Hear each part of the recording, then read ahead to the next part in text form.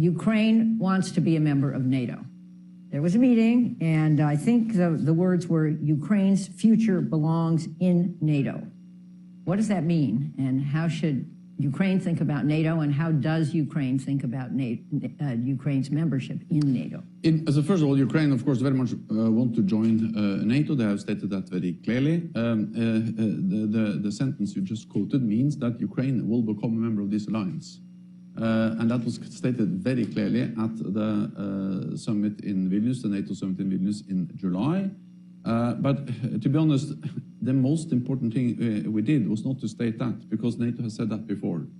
The most important thing we did in Vilnius was actually to move Ukraine closer to that goal, to move them closer to NATO membership. And we did that by deciding three things which moved them closer to become a full member. The first thing we did was to remove the requirement for membership action plan. Because for many, many years, it has been a requirement to join NATO that before you are invited, you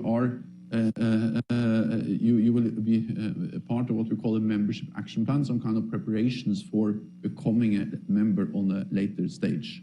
Meaning that it's a two-step process to join NATO. First, membership action plan, then invitation.